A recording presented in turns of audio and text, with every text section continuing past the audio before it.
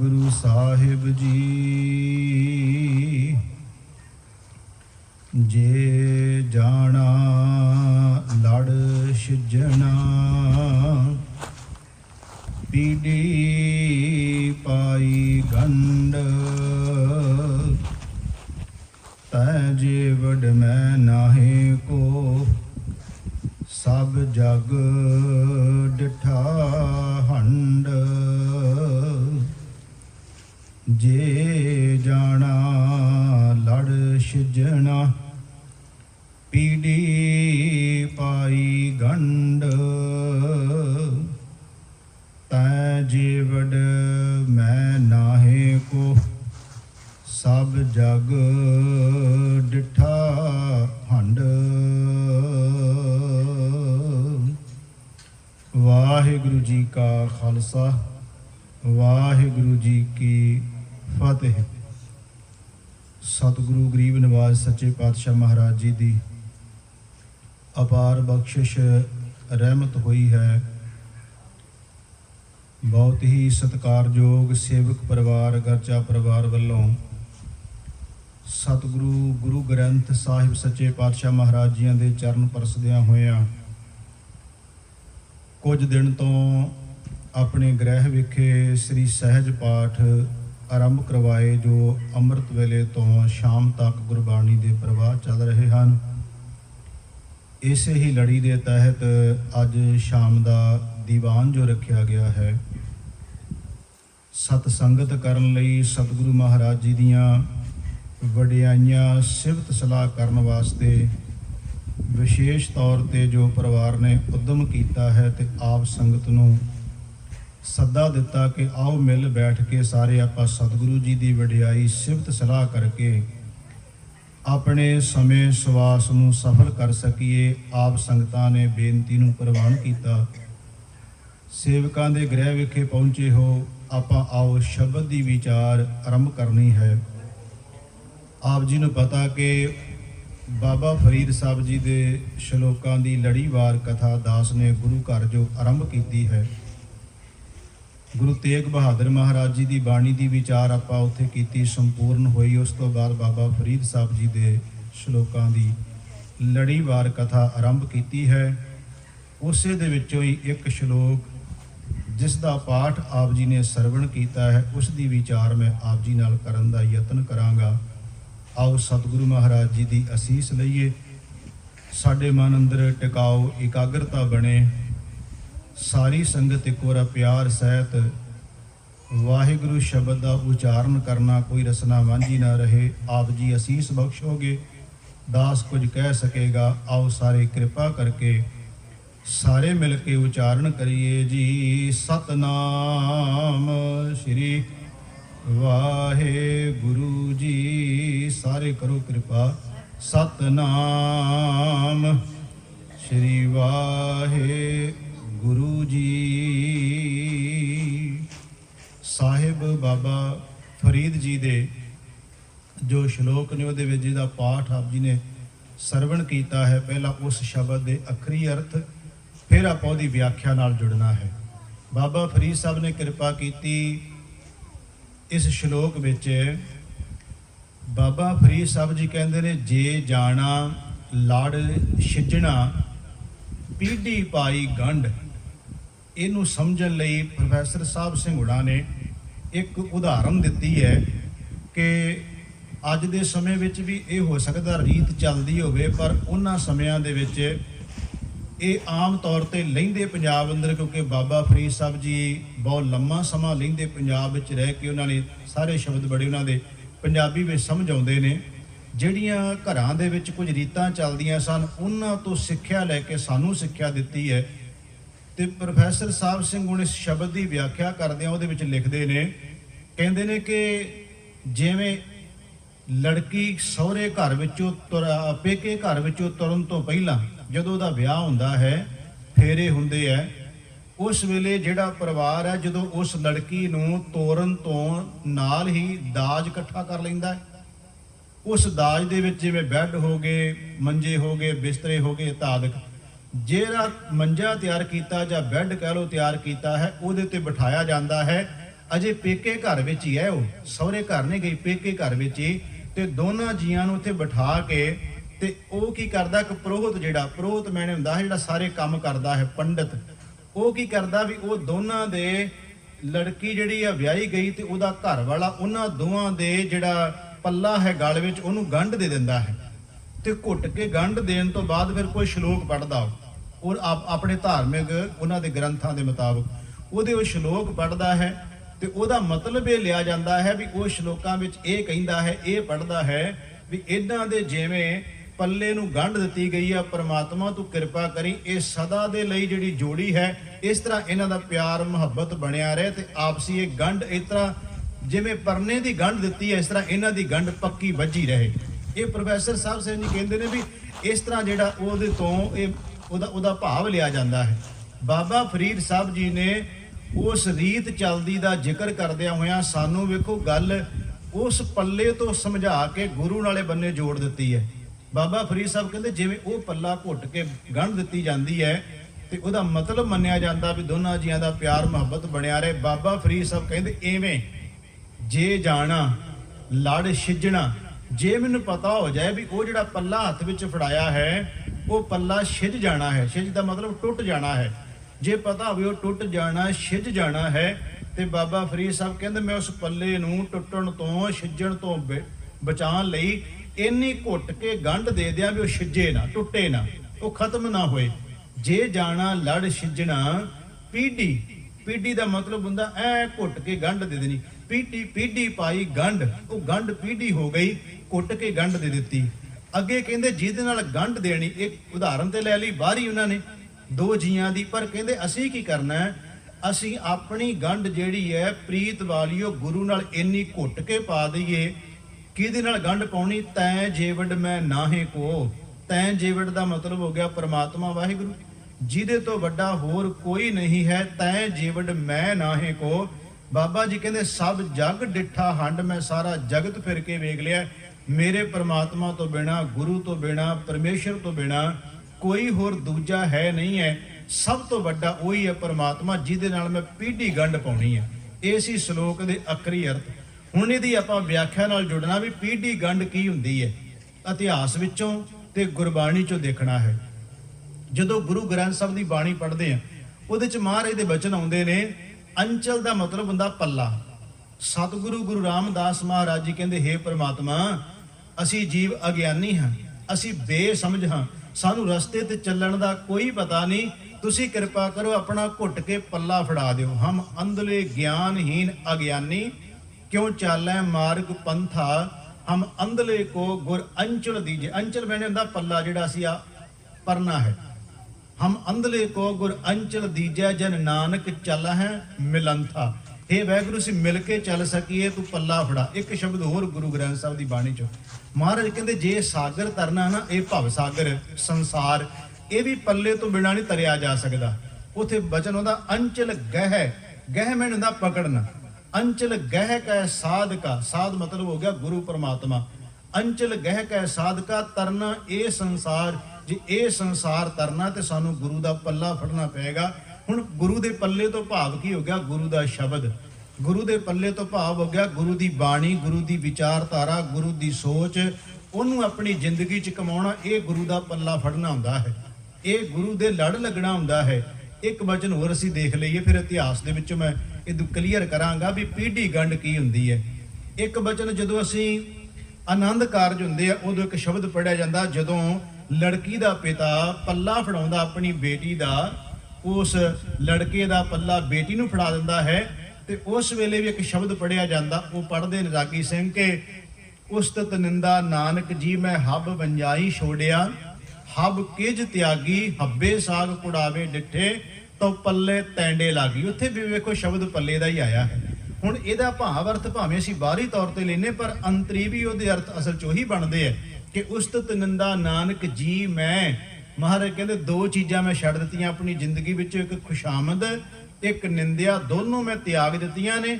ਇਹ ਤਿਆਗਣ ਤੋਂ ਬਾਅਦ ਪਤਾ ਲੱਗ ਗਿਆ ਵੀ ਇਹ ਜਿਹੜਾ ਜਗਤ ਸੰਸਾਰ ਹੈ ਇਹਨੂੰ ਤਰਨ ਦੇ ਲਈ ਹੇ ਪ੍ਰਮਾਤਮਾ ਵਾਹਿਗੁਰੂ ਤੇਰਾ ਪੱਲਾ ਚਾਹੀਦਾ। ਉਸਤਤ ਨਿੰਦਾ ਨਾਨਕ ਜੀ ਮੈਂ ਹੱਬ ਵੰਜਾਈ ਛੋੜਿਆ, ਇਹਨੂੰ ਮੈਂ ਛੱਡ ਦਿੱਤਾ ਹੈ। ਹਬ ਕਿਜ ਤਿਆਗੀ, ਬਾਕੀ ਸਭ ਕੁਝ ਕਰਮਕਾਂਡ ਤਿਆਗ ਦਿੱਤੇ ਹੈ। ਹੱਬੇ ਸਾਗ ਪੁੜਾਵੇ ਡਿੱਠੇ, ਜਿਹੜੇ ਇਹ ਅੰਤਰੀਵੀ ਸਾਗ ਬਣੇ ਸੀ ਨਾ, ਜਿਹੜੇ ਪਰਮਾਤਮਾ ਤੋਂ ਦੂਰ ਲਿਜਾਣ ਵਾਲੇ ਸੀ, ਮੈਂ ਉਹ ਸਾਰੇ ਤਿਆਗ ਦਿੱਤੇ ਹੈ।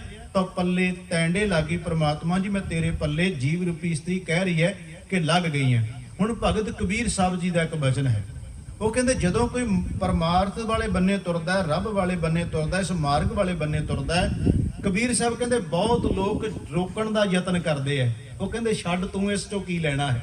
ਅਕਸਰ ਹੀ ਆਪਾਂ ਦੇਖਦੇ ਹੀ ਆ, ਤੁਸੀਂ ਦੇਖੋ ਇਹ ਜਿਹੜਾ ਮਾਰਗ ਹੈ ਨਾ, ਇਹਦੇ ਤੇ ਖੰਡੇ ਧਾਰਦਾ ਹੀ ਉਹ ਕਿਹਾ ਗਿਆ ਨਾ, ਇੱਧਰ ਤੇ ਤੁਰਦੇ ਬਹੁਤ ਜੀਵ ਘੱਟ ਨੇ, ਇੱਧਰ ਆਉਣਾ ਬੜਾ ਔਖਾ ਕਠਿਨ ਕੰਮ ਹੈ। ਤਾਂ ਹੀ ਤਾਂ ਅਸੀਂ ਰੋਜ਼ ਪੜ੍ਹਦੇ ਆ ਕਿ ਆਖਣ ਔਖਾ ਸਾਚਾ ਨਾਮ, ਇਹ ਔਖਾ ਹੈ ਪ੍ਰਮਾਤਮਾ ਵਾਹਿਗੁਰੂ ਦੇ ਨਾਮ ਨੂੰ ਕਹਿਣਾ ਜਾਂ ਇਸ ਮਾਰਗ ਤੇ ਚੱਲਣਾ ਕੋਈ ਸੌਖੀ ਖੇਡ ਨਹੀਂ ਹੈ। ਮੈਂ ਜਿਹੜੀ ਬੇਨਤੀ ਕਰ ਰਿਹਾ ਸੀ, ਕਬੀਰ ਸਾਹਿਬ ਜੀ ਕਹਿੰਦੇ ਜਦੋਂ ਇਸ ਮਾਰਗ ਤੇ ਤੁਰਦੇ ਆ ਨਾ, ਤੇ ਕਹਿੰਦੇ ਫਿਰ ਰੋਕਣ ਵਾਲੇ ਆ ਜਾਂਦੇ, ਛੱਡ ਤੂੰ ਇਹਦੇ ਚੋਂ ਕੀ ਲੈਣਾ ਹੈ। ਅਕਸਰ ਹੀ ਐਸਾ ਹੁੰਦਾ, ਇਸ ਮਾਰਗ ਵਾਲੇ ਬੰਨੇ ਬੰਦਾ ਤੁਰੇ ਤੇ ਕਹਿੰਦੇ ਛੱਡ ਪਰ ਇਹਦੇ ਚੋਂ ਮਿਲਣਾ ਕੀ ਆਪਾਂ ਨੂੰ। ਕਬੀਰ ਸਾਹਿਬ ਕਹਿੰਦੇ ਲੋਕ ਮੈਨੂੰ ਰੋਕਣ ਵਾਸਤੇ ਆਉਂਦੇ ਆ, ਪਰ ਮੈਂ ਰੁਕਦਾ ਨਹੀਂ। ਪੀਢੀ ਗੰਢ ਕੀ ਹੈ, ਕਹਿੰਦੇ ਮੈਂ ਇਸ ਕਰਕੇ ਨਹੀਂ ਰੁਕਦਾ ਕਿਉਂਕਿ ਜਿਸ ਪਰਮਾਤਮਾ ਨੇ ਮੈਨੂੰ ਜਿੰਦ ਦਿੱਤੀ ਹੈ, ਪ੍ਰਾਣ ਦਿੱਤੇ ਹੈ, ਸਰੀਰ ਦਿੱਤੇ ਹੈ, ਤੇ ਜਿਸ ਪਰਮਾਤਮਾ ਨੇ ਮੈਨੂੰ ਸਾਰਾ ਕੁਝ ਦਿੱਤਾ, ਮੈਂ ਉਹਦੇ ਨਾਲ ਆਪਣੀ ਗੰਢ ਕਿਵੇਂ ਤੋੜ ਲਵਾਂ। ਬੜੇ ਪਿਆਰੇ ਬਚਨ ਨੇ ਭਗਤ ਕਬੀਰ ਸਾਹਿਬ ਜੀ ਦੇ। ਉਹ ਕਹਿੰਦੇ ਕਬੀਰ ਲਾਗੀ ਪ੍ਰੀਤ ਸੁਜਾਨ ਸਿਓ, ਪਰਮਾਤਮਾ ਵਾਹਿਗੁਰੂ ਸੁਜਾਨ ਬਹੁਤ ਸਿਆਣਾ ਹੈ, ਪਰਮੇਸ਼ਰ ਅਕਾਲ ਪੁਰਖ ਵਾਹਿਗੁਰੂ। ਕਬੀਰ ਲਾਗੀ ਪ੍ਰੀਤ ਸੁਜਾਨ ਸਿਓ, ਵਰਜੈ ਲੋਗ ਅਜਾਨ। ਅਜਾਨ ਮਤਲਬ ਅਗਿਆਨੀ, ਬੇਸਮਝ ਰੋਕਦੇ ਆ ਵੀ ਛੱਡ ਤੂੰ ਕੀ ਲੈਣਾ, ਕਬੀਰ ਸਾਹਿਬ ਨੂੰ ਕਹਿੰਦੇ ਆ। ਪਰ ਕਹਿੰਦੇ ਤਾਂ ਸਿਓ ਟੂਟੀ ਕਿਉਂ ਬਣਿਆ, ਉਹਦੇ ਨਾਲ ਟੁੱਟ ਕੇ ਦੱਸੋ ਕਿਵੇਂ ਜੀਵਿਆ ਜਾ ਸਕਦਾ। ਜਾ ਕੇ ਜੀ ਪ੍ਰਾਨ, ਜਿਨਨੇ ਜਿੰਨ ਦਿੱਤੀ ਹੈ, ਪ੍ਰਾਣ ਦਿੱਤੇ ਨੇ, ਪ੍ਰਮਾਤਮਾ ਨੇ ਸਵਾਸ ਦਿੱਤੇ ਹੈ, ਉਹਦੇ ਤੋਂ ਟੁੱਟ ਕੇ ਕਿਵੇਂ ਜੀਵਿਆ ਜਾ ਸਕਦਾ ਹੈ। ਆਓ ਕੁਝ ਇਤਿਹਾਸਕ ਸਾਖੀਆਂ, ਸੌਖੀ ਸਮਝ ਪੈ ਜਾਂਦੀ ਕਿਉਂਕਿ ਸਾਖੀ ਨਾਲ ਗੱਲ ਛੇਤੀ ਸਮਝ ਵਿੱਚ ਆ ਜਾਂਦੀ ਹੈ ਕਿ ਪੀਢੀ ਗੰਢ ਕੀ ਹੁੰਦੀ ਹੈ। ਆਪਾਂ ਉਹਨਾਂ ਦਾ ਜ਼ਿਕਰ ਕਰ ਲੈਂਦੇ, ਮਹਾਂਪੁਰਸ਼ਾਂ ਦਾ, ਜਿਨ੍ਹਾਂ ਦਾ ਅਸੀਂ ਹਰ ਸਾਲ ਦਿਨ ਭਾਵਨਾ ਸਹਿ ਤੇ ਸਾਰੀ ਸੰਗਤ ਨਾਨਕ ਨਾਮ ਲੇਵਾ ਸੰਗਤ ਆਪ ਸੰਗਤਾਂ ਦੇ ਸਹਿਯੋਗ ਨਾਲ ਮਨਾਉਂਦੇ ਹੋ। ਉਹਨੇ ਬਹੁਤ ਹੀ ਸਤਿਕਾਰਯੋਗ ਬਾਬਾ ਅਦਲੀ ਜੀ, ਮੈਂ ਪੀਢੀ ਗੰਢ ਦੀ ਕਰ ਲੱਗਾ, ਆਪਾਂ ਉਹਨਾਂ ਦੇ ਜੀਵਨ ਤੋਂ ਹੀ ਸੇਧ ਲੈ ਲਈਏ। ਇਹ ਸਤਿਗੁਰੂ ਗੁਰੂ ਰਾਮਦਾਸ ਮਹਾਰਾਜ ਜੀ ਦੇ ਸਿੱਖ ਨੇ, ਤੇ ਗੁਰੂ ਰਾਮਦਾਸ ਮਹਾਰਾਜ ਜੀ ਨੇ ਵੱਖ-ਵੱਖ ਇਲਾਕਿਆਂ ਦੇ ਵਿੱਚ ਪ੍ਰਚਾਰਕ ਦੇ ਤੌਰ ਤੇ ਪ੍ਰਚਾਰਕ ਭੇਜੇ, ਜਿਹਨੂੰ ਅਸੀਂ ਮਸੰਦ ਸ਼ਬਦ ਵੀ ਵਰਤੇ, ਉਦੋਂ ਮਹਾਰਾਜ ਦੇ ਟਾਈਮ ਤੇ ਵਰਤਿਆ ਜਾਂਦਾ ਸੀ। ਮਸੰਦ ਦਾ ਮਤਲਬ ਹੁੰਦਾ ਸੀ ਮਸਨਦ, ਇਹਦਾ ਮਤਲਬ ਹੁੰਦਾ ਸੀ ਜਿੱਥੇ ਸੰਗਤ ਬੈਠੀ ਹੈ ਉਹਦੇ ਤੋਂ ਥੋੜੀ ਜੀ ਉੱਚੀ ਜਗ੍ਹਾ ਤੇ ਬੈਠ ਕੇ ਗੁਰੂ ਦੀ ਬਾਤ ਕਰਨ ਵਾਲਾ। ਅੱਜ ਦੇ ਸਮੇਂ 'ਚ ਅਸੀਂ ਭਾਈ ਕਹਿ ਦਿੰਦੇ ਆ, ਗਿਆਨੀ ਕਹਿ ਦਿੰਦੇ ਆ, ਪ੍ਰਚਾਰਕ ਕਹਿ ਦਿੰਦੇ, ਕਥਾਵਾਜ ਕਹਿ ਦਿੰਦੇ ਆ, ਇਹ ਸ਼ਬਦ ਅੱਜ ਆਪਾਂ ਇਉਂ ਵਰਤ ਲੈਂਦੇ ਆ। ਉਦੋਂ ਇਹ ਸ਼ਬਦ ਮਸੰਦ ਵਰਤਿਆ ਜਾਂਦਾ ਸੀ ਵੀ ਉਹ ਸੰਗਤ ਨੂੰ ਗੁਰੂ ਦੀ ਗੱਲ ਸੁਣਾਵੇਂ। ਉਹ ਫਿਰ ਮਹਾਰਾਜ ਦੂਰ ਦੂਰ ਭੇਜਦੇ ਸਨ, ਉਹ ਜਾ ਕੇ ਗੁਰੂ ਦੀ ਗੱਲ ਕਰਦੇ ਸੀ। ਸਤਿਗੁਰੂ ਗੁਰੂ ਰਾਮਦਾਸ ਮਹਾਰਾਜ ਜੀ ਤੋਂ ਇਹ ਦਾਤ ਲੈ ਕੇ, ਗੁਰਸਿੱਖੀ ਦੀ ਦਾਤ ਲੈ ਕੇ, ਸਤਿਕਾਰਯੋਗ ਬਾਬਾ ਅਦਲੀ ਜੀ, ਇਹ ਜਿਹੜਾ ਭੈਣੀ ਸਾਹਿਬ ਹੈ ਜਾਂ ਭੈਣੀ ਪਿੰਡ ਹੈ ਚੋਲਾ ਸਾਹਿਬ ਦੇ ਬਿਲਕੁਲ ਵਿੱਚ ਹੀ ਕਹਿ ਲਓ ਚੋਲਾ ਸਾਹਿਬ, ਇਹ ਗੁਰੂ ਅਰਜਨ ਦੇ, ਕੁਝ ਇਤਿਹਾਸਕਾਰ ਕਹਿੰਦੇ ਗੁਰੂ ਅਰਜਨ ਦੇਵ ਮਹਾਰਾਜ ਜੀ ਦਾ ਨਾਮ ਆਇਆ ਸੀ, ਇਹਦਾ ਚੇਂਜ ਕੀਤਾ ਮਹਾਰਾਜ ਨੇ, ਨਾਮ ਗੁਰੂ ਅਰਜਨ ਦੇਵ ਜੀ ਦਾ ਰੱਖਿਆ ਹੋਇਆ ਹੈ। ਜਨ ਨਾਨਕ ਕੀਨੋ ਚੋਲਾ, ਇਥੋਂ ਇਹ ਸ਼ਬਦ ਬਣਿਆ ਜੋ ਇਤਿਹਾਸਕਾਰ ਕਹਿੰਦੇ ਆ। ਗੁਰੂ ਰਾਮਦਾਸ ਮਹਾਰਾਜ ਜੀ ਤੋਂ ਇਹ ਦਾਤ ਲੈ ਕੇ ਸਿੱਖ ਇੱਥੇ ਆ ਗਿਆ। ਤੇ ਨਿਤ ਕਰਮ ਕੀ ਉਹਨਾਂ ਦਾ ਕਰਨਾ ਹੈ, ਉਹ ਕਰਮ ਇਹ ਹੈ ਕਿ ਸਾਰਾ ਦਿਨ ਉਸ ਕੁਟੀਆ ਵਿੱਚ ਜਿਹੜੀ ਝੁੱਗੀ ਪਾਈ ਹੈ ਜਾਂ ਕੁਟੀਆ ਕਹਿ ਲਓ, ਛੰਨ ਕਹਿ ਲਓ, ਉਹਦੇ ਵਿੱਚ ਗੁਰੂ ਗੁਰੂ ਜਪਦੇ ਆ ਬਾਬਾ ਅਦਲੀ ਜੀ। ਤੇ ਗੁਰੂ ਗੁਰੂ ਜਪਦਿਆਂ ਹੋਇਆਂ ਜਦੋਂ ਉਹਨਾਂ ਕੋਲੇ ਸਮਾਂ ਮਿਲਦਾ ਹੈ ਫਿਰ ਇਸ ਤਰ੍ਹਾਂ ਇਲਾਕੇ ਵਿੱਚ ਵਿਚਰਦੇ ਨੇ। ਇਹ ਨਹੀਂ ਵੀ ਇੱਕੇ ਥਾਂ ਕੁਟੀਆ 'ਚ ਬੈਠੇ ਨੇ, ਉਹ ਆਪਣਾ ਭਜਨ ਬੰਦਗੀ ਵੀ ਕਰਦੇ ਆ ਤੇ ਇਲਾਕੇ ਵਿੱਚ ਵਿਚਰਦੇ, ਕਿਉਂਕਿ ਗੁਰੂ ਰਾਮਦਾਸ ਜੀ ਦੀ, ਰਾਮਦਾਸ ਮਹਾਰਾਜ ਦੀ ਡਿਊਟੀ ਲਾਈ ਉਹਨਾਂ ਦੀ ਪ੍ਰਚਾਰ ਕਰਨ ਦੀ। ਉਹ ਲਾਗੇ ਲਾਗੇ ਪਿੰਡਾਂ ਵਿੱਚ ਪ੍ਰਚਾਰ ਕਰਨ ਵਾਸਤੇ ਜਾਂਦੇ ਆ, ਗੁਰੂ ਰਾਮਦਾਸ ਦੀ ਸਿਫਤ ਤੇ ਵਡਿਆਈ ਕਰਦੇ ਆ, ਗੁਰੂ ਨਾਨਕ ਦੇ ਘਰ ਦੀ ਉਪਮਾ ਕਰਦੇ ਨੇ। ਤੇ ਸਾਧ ਸੰਗਤ ਜੀ ਇਉਂ ਕਹਿ ਲਓ ਇਲਾਕੇ ਵਿੱਚ ਮਾਨ ਸਨਮਾਨ ਉਹਨਾਂ ਦਾ ਹੋਣ ਲੱਗ ਪਿਆ, ਕਿਉਂਕਿ ਗੁਰੂ ਗ੍ਰੰਥ ਸਾਹਿਬ ਦਾ ਇੱਕ ਬਚਨ ਹੈ, ਸਤਿਗੁਰੂ ਮਹਾਰਾਜ ਜੀ ਕਹਿੰਦੇ ਜਨ ਨਾਨਕ ਸਤਿਗੁਰ ਪੂਜਿਆ ਤਿਨ ਹਰ ਪੂਜ ਕਰਾਵਾ। ਮਹਾਰਾਜ ਕਹਿੰਦੇ ਜਿਨ੍ਹਾਂ ਨੇ ਗੁਰੂ ਨੂੰ ਪੂਜਿਆ ਨਾ, ਗੁਰੂ ਉਹਨਾਂ ਦੀ ਪੂਜਾ, ਇਹਦਾ ਮਤਲਬ ਇਹ ਨਹੀਂ ਕਿ ਪੂਜਾ ਕਰਾਉਣ ਲੱਗ ਪੈਣੀ ਹੈ। ਮਹਾਰਾਜ ਕਹਿੰਦੇ ਜਦੋਂ ਗੁਰੂ ਵਾਲੇ ਬੰਨੇ ਕੋ ਤੁਰਦਾ, ਪਰਮਾਤਮਾ ਆਪ ਹੀ ਉਹਨਾਂ ਦਾ ਮਾਨ ਸਨਮਾਨ ਬਣਾ ਦਿੰਦੇ ਆ, ਜਿਸ ਤਰ੍ਹਾਂ ਗੁਰੂ ਕੇ ਸਿੱਖਾਂ ਦਾ ਬਣਦਾ ਰਿਹਾ। ਇਹ ਇਲਾਕੇ ਵਿੱਚ ਇੰਨਾ ਮਾਨ ਸਨਮਾਨ ਵਾਲੀ ਸ਼ਖਸੀਅਤ ਬਣ ਗਈ ਕਿ ਜਦੋਂ ਵੀ ਕੋਈ ਆਪਣਾ ਦੁੱਖ ਤਕਲੀਫ ਹੁੰਦਾ ਹੈ, ਜਾਂ ਇਉਂ ਕਹਿ ਲਓ ਅਰਦਾਸ ਬੇਨਤੀ ਸ਼ਬਦ ਵਰਤ ਲਈਏ, ਕਿ ਆ ਕੋਈ ਅਰਦਾਸ ਬੇਨਤੀ ਵਾਸਤੇ ਜਾਂਦਾ ਤੇ ਸਾਰੇ ਕਹਿੰਦੇ ਸਨ ਬਾਬਾ ਅਦਲੀ ਜੀ ਦੇ ਕੋਲੇ ਚਲੇ ਜਾਓ। ਜੇ ਕੋਈ ਸਾਨੂੰ ਕੋਈ ਦੁੱਖ ਤਕਲੀਫ ਹੈ ਜਾਂ ਕੋਈ ਸਾਨੂੰ ਕਿਸੇ ਚੀਜ਼ ਦੀ ਜ਼ਰੂਰਤ ਹੈ ਦੁਨਿਆਵੀ ਤੌਰ ਤੇ ਜਾਂ ਅਧਿਆਤਮਿਕ ਤੌਰ ਤੇ ਵੀ ਉਹ ਦਾਤ ਲੈਣੀ, ਕਿੱਥੇ ਜਾਈਏ? ਕਹਿੰਦੇ ਸੀ ਭਾਈ ਅਦਲੀ ਜੀ ਦੇ ਕੋਲੇ ਚੱਲ ਜਾਓ, ਉਹ ਗੁਰੂ ਰਾਮਦਾਸ ਦਾ ਨਿਵਾਜਿਆ ਹੋਇਆ ਸਿੱਖ ਹੈ। ਇਹਦਾ ਮਤਲਬ ਇੰਨਾ ਇਲਾਕੇ ਵਿੱਚ ਮਾਨ ਸਨਮਾਨ ਸੀ। ਜਿਹੜੀ ਘਟਨਾ ਵਾਪਰਦੀ ਹੈ ਕਿ ਇਹਨਾਂ ਦੇ ਜੀਵਨ ਤੋਂ ਪ੍ਰਭਾਵਿਤ ਹੋ ਕੇ ਬਾਬਾ ਬਿਧੀ ਚੰਦ ਦੇ ਜੀਵਨ 'ਚ ਤਬਦੀਲੀ ਆਉਂਦੀ ਹੈ ਤੇ ਉਹ ਪੀੜ੍ਹੀ ਗੰਢ ਕਿਵੇਂ ਬਣਦੀ ਹੈ, ਮੈਂ ਇਹਦੇ ਤੇ ਬੋਲ ਰਿਹਾ। ਸਾਧ ਸੰਗਤ ਜੀ, ਜਿਹੜਾ ਬਾਬਾ ਬਿਧੀ ਚੰਦ ਜੀ, ਇਹਨਾਂ ਦਾ ਪਿੰਡ ਸ਼ੀਨਾ ਹੈ। ਇਹਨਾਂ ਦੇ ਜਿਹੜੇ ਨਾਨਕੇ ਸਰਿਆਲੀ ਪਿੰਡ ਹੈ, ਉੱਥੇ ਆਪਣੇ ਨਾਨਕਿਆਂ ਕੋਲੇ ਆਉਂਦੇ ਆ, ਨਾਨਕਿਆਂ ਕੋਲੇ ਰਹਿੰਦੇ ਆ। ਇੱਥੇ ਆ ਕੇ ਇਦਾਂ ਦੀ ਸੰਗਤ ਮਿਲ ਗਈ ਕਿ ਜਿਹੜਾ ਕੰਮ ਉਹ ਪਰਿਵਾਰ ਦੇ ਜੀਅ ਕਹ ਲੋ ਕਰਦੇ ਸਨ ਜਾਂ ਕੁਝ ਲੋਕ ਗਵਾਂਢੀ ਕਰਦੇ ਸੀ, ਉਹਦਾ ਪ੍ਰਭਾਵ ਪੈ ਗਿਆ ਤੇ ਚੋਰੀਆਂ ਦਾ ਕੰਮ ਕਰਨਾ ਸ਼ੁਰੂ ਕਰ ਦਿੱਤਾ। ਇਹ ਗੱਲ ਚੇਤੇ ਰੱਖਿਓ, ਸੰਗਤ ਦਾ ਅਸਰ ਬਹੁਤ ਜ਼ਿਆਦਾ ਮਨ ਪ੍ਰਭਾਵ ਕਬੂਲ ਦਾ। ਜਿਹੋ ਜੀ ਸੰਗਤ ਹੁੰਦੀ ਹੈ ਨਾ, ਬੰਦੇ ਦਾ ਮਨ ਉਹੋ ਜਿਹਾ ਹੋ ਜਾਂਦਾ। ਮੰਨ ਲਓ ਕਿਤੇ ਆਪਾਂ 10 ਦਿਨ ਲਗਾਤਾਰ ਉਹੋ ਜੀ ਸੰਗਤ 'ਚ ਬਹਿ ਜਾਈਏ ਜਿੱਥੇ ਗਲਤ ਗੱਲਾਂ ਹੋਣੀਆਂ ਨੇ ਜਾਂ ਸਾਰਾ ਕੁਝ ਉੱਥੇ ਗਲਤ ਪ੍ਰਚਾਰਿਆ ਜਾਣਾ ਹੈ, ਬੰਦੇ ਦਾ ਮਨ ਉਧਰ ਨੂੰ ਹੋ ਜਾਂਦਾ, ਉਸ ਤਰ੍ਹਾਂ ਦਾ ਪ੍ਰਭਾਵ ਕਬੂਲ ਜਾਂਦਾ, ਉਦਾਂ ਦੀਆਂ ਚੀਜ਼ਾਂ ਉਦਾਂ ਦਾ ਸਾਰਾ ਕੁਝ ਕਰਨ ਲੱਗ ਪੈਂਦਾ। ਜੇ ਬੰਦਾ 10 ਦਿਨ ਚੰਗੀ ਸੰਗਤ 'ਚ ਬਹਿ ਜਾਏ ਤੇ ਮਨ ਉਦਾਂ ਦਾ ਹੋ ਜਾਂਦਾ, ਫਿਰ ਬੰਦਾ ਉਦਾਂ ਦਾ ਸੋਚਣ ਲੱਗ ਪੈਂਦਾ, ਕਿਉਂਕਿ ਪ੍ਰਭਾਵ ਨੂੰ ਕਬੂਲਦਾ ਹੈ ਮਨ। ਜਿਹੜੀ ਗੱਲ, ਕਿਉਂਕਿ ਅਸੀਂ ਸਾਰੇ ਇੱਕ ਘਟਨਾ ਆਪਾਂ ਨੂੰ ਪਤਾ, ਆਪਾਂ ਨਿੱਕੇ ਹੁੰਦਿਆਂ ਸਾਰਿਆਂ ਕਿਤਾਬਾਂ 'ਚ ਵੀ ਇਹ ਗੱਲ ਪੜ੍ਹੀ ਹੈ ਵੀ ਜਿਹੜਾ ਠੱਗ ਸੀ, ਉਹ 4 ਠੱਗ ਜਿਹੜੇ ਸੀ ਉਹ ਰਸਤੇ 'ਚ ਰੁਕ ਗਏ। ਮੈਂ ਬੇਨਤੀ ਕਰਨ ਲੱਗਿਆ ਵੀ ਸੰਗਤ ਦਾ ਅਸਰ ਕਿੰਨਾ ਪੈਂਦਾ। ਉਹ 4 ਠੱਗ ਸੀ ਤੇ ਰਸਤੇ 'ਚ ਰੁਕ ਗਏ। ਕੋਈ ਬੰਦਾ ਜਿਹੜਾ ਸੀ ਉਹ ਇਉਂ ਕਹਿ ਲਓ ਕਿ ਮੇਮਣਾ ਚੁੱਕੀ ਆਉਂਦਾ ਸੀ। ਲੇਲਾ ਤੇ ਮੇਮਣਾ ਵੱਖਰੇ ਵੱਖਰੀ ਚੀਜ਼ਾਂ ਹੁੰਦੀਆਂ ਨੇ। ਜਿਹੜਾ ਮੇਮਣਾ ਹੁੰਦਾ ਹੈ ਇਹ ਬੱਕਰੀ ਦਾ ਹੁੰਦਾ ਤੇ ਜਿਹੜਾ ਲੇਲਾ ਹੁੰਦਾ ਉਹ ਭੇਡ ਦਾ ਹੁੰਦਾ। ਇਹਨਾਂ ਚੀਜ਼ਾਂ ਦਾ ਵੀ ਕਈ ਵਾਰ ਨਹੀਂ ਪਤਾ ਲੱਗਦਾ। ਉਹ ਮੇਮਣਾ ਸੀ ਤੇ ਉਹ ਜਦੋਂ ਚੁੱਕੀ ਆ ਰਿਹਾ ਸੀ ਤੇ ਜਿਹੜੇ 4 ਠੱਗ ਸੀ ਉਹ ਕਹਿੰਦੇ ਵੀ ਆਪਾਂ ਲੁੱਟਣਾ ਆਏ ਨਾ, ਇਹ ਖੂਨ ਆਏ ਦੇਖੋ। ਉਹ ਥੋੜੀ ਥੋੜੀ ਦੂਰ ਤੇ ਹੋ ਕੇ ਖਲੋ ਗਏ। ਪਹਿਲਾ ਕਹਿੰਦਾ ਤੂੰ ਇਹਨੂੰ ਕਮੀ ਵੀ ਐਡਾ ਸੋਹਣਾ ਕੁੱਤਾ ਕਿੱਥੋਂ ਲਿਆਂਦਾ ਹੈ। ਦੂਸਰਾ ਕਹਿੰਦਾ ਤੂੰ ਇਹ ਤੋਂ ਕਹਿ ਦੇ ਵੀ ਇਹਦਾ ਮੁੱਲ ਕੀ ਹੈ। ਤੀਜੇ ਨੂੰ ਕਹਿੰਦਾ ਤੂੰ ਕਹਿ ਦੇ ਵੀ ਜਾਂ ਤੇ ਇਹਦੇ ਨਾਲ ਦਾ ਸਾਨੂੰ ਵੀ ਲਿਆ ਕੇ ਦੇ ਜਾਂ 10 ਪਾ ਦੇ। ਉਹ ਚੌਥੇ ਤੱਕ ਆਉਣ ਤੱਕ ਕਹਿੰਦੇ ਉਹਨੇ ਆਪੇ ਸੁੱਟ ਦੇਣਾ ਇਹਨੂੰ। ਔਰ ਹੋਇਆ ਵੀ, ਆਪਾਂ ਸਾਰੀਆਂ ਕਹਾਣੀਆਂ ਪੜ੍ਹੀਆਂ ਵੀ ਜਦੋਂ ਪਹਿਲੇ ਕੋਲੇ ਆਇਆ ਤੇ ਉਹਨੇ ਕਿਹਾ ਵੀ ਭਾਈ ਉਹਨੂੰ ਸਤਿ ਸ੍ਰੀ ਅਕਾਲ ਬੁਲਾ ਕੇ ਵੀ ਇਹ ਇੰਨਾ ਵਧੀਆ ਕੁੱਤਾ ਤੈਨੂੰ ਕਿੱਥੋਂ ਮਿਲਿਆ। ਉਹ ਇੱਕਦਮ ਹੈਰਾਨ ਜਿਹਾ ਆਇਆ ਵੀ ਮੈਂ ਤਾਂ ਪੈਸੇ ਦੇ ਕੇ ਮੇਮਣਾ ਲਿਆਇਆ, ਇਹ ਕੁੱਤਾ ਕਹੀ ਜਾ ਰਿਹਾ। ਕਹਿੰਦਾ ਭਾਈ ਮੈਂ ਤਾਂ ਬੜਾ ਇੱਕ ਕੀਮਤੀ ਮੇਮਣਾ ਕਿਸੇ ਦੇ ਕੋਲੋਂ ਲੈ ਕੇ ਆਇਆ। ਕਹਿੰਦੇ ਕਮਾਲ ਹੋ ਗਈ ਹੈ ਤਾਂ ਨਿਰਾ ਕੁੱਤਾ ਹੀ ਲੱਗਦਾ ਹੈ। ਹੁਣ ਥੋੜਾ ਜਿਹਾ ਅੱਗੇ ਗਿਆ ਤੇ ਬੰਦੇ ਨੂੰ ਮਾੜਾ ਜਿਹਾ ਸ਼ੱਕ ਵੀ ਹੋ ਗਿਆ ਵੀ ਇਹ ਬੰਦੇ ਨੇ ਕਿਉਂ ਕਿਹਾ। ਉਹ ਸੋਚਣ ਲੱਗ ਪਿਆ ਵੀ ਕਿਉਂ ਕਿਹਾ। ਜਦੋਂ ਦੂਜੇ ਕੋਲੇ ਗਿਆ ਉਹ ਕਹਿੰਦਾ ਵਾਹ ਵਾਹ, ਇਹੋ ਜਿਹਾ ਕੁੱਤਾ ਤੇ ਵੇਖਿਆ ਹੀ ਪਹਿਲੀ ਵਾਰ। ਇਹ ਕਿਹੜੀ ਨਸਲ ਦਾ ਭਾਈ, ਕਿੱਥੋਂ ਲੈ ਕੇ ਆਇਆ। ਹੁਣ ਮੱਥਾ ਠਣਕਿਆ ਵੀ ਜਿਹੜਾ ਪਹਿਲਾਂ ਕਹਿੰਦਾ ਸੀ ਗੱਲ ਕੁਝ ਹੈਗੀ ਹੈ, ਮੇਰੇ ਨਾਲ ਧੋਖਾ ਹੋ ਗਿਆ। ਉਹ ਕਹਿੰਦਾ ਵੀ ਧੋਖਾ ਕਿਤੇ ਹੋ ਗਿਆ ਮੇਰੇ ਨਾਲ। ਉਹਨੇ ਕਿਹਾ ਕਮਾਲ ਹੋ ਗਈ, ਪਹਿਲਾ ਬੰਦਾ ਵੀ ਇਹੀ ਗੱਲ ਕਹਿੰਦਾ, ਦੂਜਾ ਵੀ ਇਹ ਗੱਲ ਕਹਿ ਰਿਹਾ। ਹਾਲਾਂਕਿ ਉਹ ਵੇਖਦਾ ਵੀ ਪਿਆ ਮੇਮਣੇ ਵੇਲੇ। ਕਹਿੰਦਾ ਜਦ ਮੈਨੂੰ ਕੋਈ ਭੁਲੇਖਾ ਪੈ ਰਿਹਾ ਜਾਂ ਇਹਨਾਂ ਨੂੰ ਕੁਝ ਭੁਲੇਖਾ ਪੈ ਰਿਹਾ। ਉਹ ਕਹਿੰਦਾ ਭਾਈ, ਉਹ ਕਹਿੰਦਾ ਨਹੀਂ ਦੇਖ ਇਹਨੂੰ ਚੰਗੀ ਤਰ੍ਹਾਂ ਦੇਖ, ਇਹ ਕੁੱਤਾ ਬੜੀ ਨਸਲ ਦਾ ਹੈ। ਜਦੋਂ ਤੀਜੇ ਕੋਲੇ ਗਿਆ ਨਾ ਤੇ ਤੀਜੇ ਨੇ ਕਿਹਾ ਭਰਾਵਾ ਕਮਾਲ ਹੋ ਗਈ ਹੈ, ਇੰਨਾ ਵਧੀਆ ਕੁੱਤਾ ਲਿਆਇਆ ਕਿੱਥੋਂ, ਇਹ ਦੱਸ ਵੀ ਇਹ ਮਿਲਿਆ ਕਿੱਥੋਂ ਤੈਨੂੰ, ਜਾਂ ਤੇ ਪੈਸੇ ਇਹਦੇ ਲੈ ਲੈ ਵੀ ਕਿੰਨੇ ਦਾ ਲਿਆਇਆ, ਜਾਂ ਫਿਰ 10 ਪਾ ਮੈਂ ਵੀ ਇਹਦੇ ਨਾਲ ਦਾ ਹੀ ਲਿਆਉਣਾ। ਤੁਸੀਂ ਕਹਿ ਲਓ ਤੀਜੇ ਤੋਂ ਕਹਿਣ ਤੋਂ ਬਾਅਦ ਉਹਨੇ ਸੁੱਟ ਦਿੱਤਾ। ਚੌਥੇ ਤੋਂ ਕਿਤੇ ਪਹੁੰਚਿਆ ਹੀ ਨਹੀਂ ਨਾ। ਉਹ ਚੌਥੇ ਕੋਲੇ ਤੇ ਪਹੁੰਚਿਆ ਨਹੀਂ, ਸੁੱਟਿਆ ਉਹਨੇ ਭਵਾ ਕੇ ਮਾਰਿਆ। ਕਹਿੰਦਾ ਕਮਾਲ ਹੋ ਗਈ ਹੈ, ਲੈਣ ਗਿਆ ਸੀ ਮੇਮਣਾ, ਚੁੱਕ ਕੁੱਤਾ ਲਿਆ, ਮੇਰੇ ਨਾਲ ਧੋਖਾ ਹੋ ਗਿਆ। ਜਦ ਕਿ ਉਹ ਹੈ ਮੇਮਣਾ ਹੀ ਸੀ ਅਸਲ 'ਚ। ਪਰ ਉਹ 4 ਬੰਦਿਆਂ ਦੇ ਕਹਿਣ ਤੇ ਵੇਖੋ ਉਸ ਬੰਦੇ ਦੇ ਮਨ ਤੇ ਇੰਨਾ ਅਸਰ ਪੈ ਗਿਆ, ਉਹ ਮੇਮਣੇ ਨੂੰ ਕੁੱਤਾ ਸਮਝ ਕੇ ਸੁੱਟ ਆਇਆ। ਇਹਦਾ ਮਤਲਬ ਇਹ ਕਹਾਣੀ ਜਿਹੜੀ ਹੈ ਤਾਂ ਸਾਨੂੰ ਆਪਾਂ ਨੂੰ ਸਕੂਲਾਂ 'ਚ ਪੜ੍ਹਾਈ, ਪਰ ਇਹ ਕਹਾਣੀ ਕੁਝ ਸਿੱਖਿਆ ਦੇ ਰਹੀ ਹੈ ਵੀ ਬੰਦਿਆਂ ਮਨ ਇੰਨਾ ਪ੍ਰਭਾਵ ਕਬੂਲ ਜਾਂਦਾ ਹੈ ਕਿ ਉਹ ਜਿਹੜੀ ਗੱਲ ਬਾਰ-ਬਾਰ ਤੁਸੀਂ ਕਹਿੰਦੇ ਹੋ। ਸਿਆਣੇ ਇੱਕ ਗੱਲ ਕਹਿੰਦੇ ਹੁੰਦੇ ਆ ਵੀ ਝੂਠ ਨੂੰ 100 ਵਾਰਾਂ ਕਹਿ ਦਿਓ ਸੱਚ ਬਣ ਜਾਂਦਾ ਜੀ। ਜੇ ਝੂਠ 100 ਵਾਰਾਂ ਕੋ ਬੋਲਦੇ ਨਾ ਸੱਚ ਹੀ ਬਣ ਜਾਂਦਾ ਹੈ। ਮੈਂ ਜਿਹੜੀ ਬੇਨਤੀ ਕਰਨ ਲੱਗਿਆ ਸੀ ਵੀ ਸੰਗਤ ਦਾ ਬਹੁਤ ਅਸਰ ਪੈਂਦਾ ਹੈ, ਮਨ ਪ੍ਰਭਾਵ ਕਬੂਲਦਾ ਹੈ। ਬਾਬਾ ਬਿਧੀ ਚੰਦ ਜੀ ਦਾ ਨਾਮ ਵਿਧੀਆ ਹੈ। ਇਹ ਕੀ ਕਰਦੇ ਨੇ ਵੀ ਮੱਝਾਂ ਚੋਰੀ ਕਰਦੇ ਆ, ਹੋਰ ਜਿਹੜਾ ਕੋਈ ਲੋਕਾਂ ਦੇ ਘਰਾਂ 'ਚ ਡਾਕੇ ਮਾਰਨੇ, ਚੋਰੀਆਂ ਕਰਨੀਆਂ, ਇਹ ਆਦਤ ਇਹ ਕੁਝ ਕਰਦੇ ਨੇ। ਜਦੋਂ ਗੁਰਮੁਖੋ ਜ਼ਿੰਦਗੀ 'ਚ ਤਬਦੀਲੀ ਆਉਣੀ ਹੁੰਦੀ ਹੈ, ਪਤਾ ਸਾਨੂੰ ਵੀ ਨਹੀਂ ਕੋਈ ਲੱਗਦਾ। ਬੰਦਾ ਰਾਤ ਕੁਝ ਸੋਚਦਾ, ਦਿਨ ਚੜ੍ਹਦਿਆਂ ਨੂੰ ਕਈ ਵਾਰ ਮਨ ਹੀ ਬਦਲਿਆ ਹੋਇਆ ਹੁੰਦਾ ਹੈ। ਮੈਂ ਇਹੋ ਜਿਹੇ ਲੋਕਾਂ ਨੂੰ ਬੜੀ ਚੰਗੀ ਤਰ੍ਹਾਂ ਜਾਣਦਾ ਜਿਹੜੇ ਰਾਤ ਸ਼ਰਾਬ ਰੱਜ ਕੇ ਪੀ ਕੇ ਸੌਂਦੇ ਆ ਤੇ ਦਿਨੇ ਉੱਠਦਿਆਂ ਕਹਿੰਦੇ ਆ ਵੀ ਅੱਜ ਤੋਂ ਛੱਡੀ ਆਪਾਂ ਨਹੀਂ ਪੀਣੀ, ਅੰਮ੍ਰਿਤ ਛਕ ਲੈਣਾ ਹੈ। ਇਹੋ ਜਿਹੇ ਮੈਂ ਖੁਦ ਉਹਨਾਂ ਨੂੰ ਨਿੱਜੀ ਤੌਰ ਤੇ ਜਾਣਦਾ।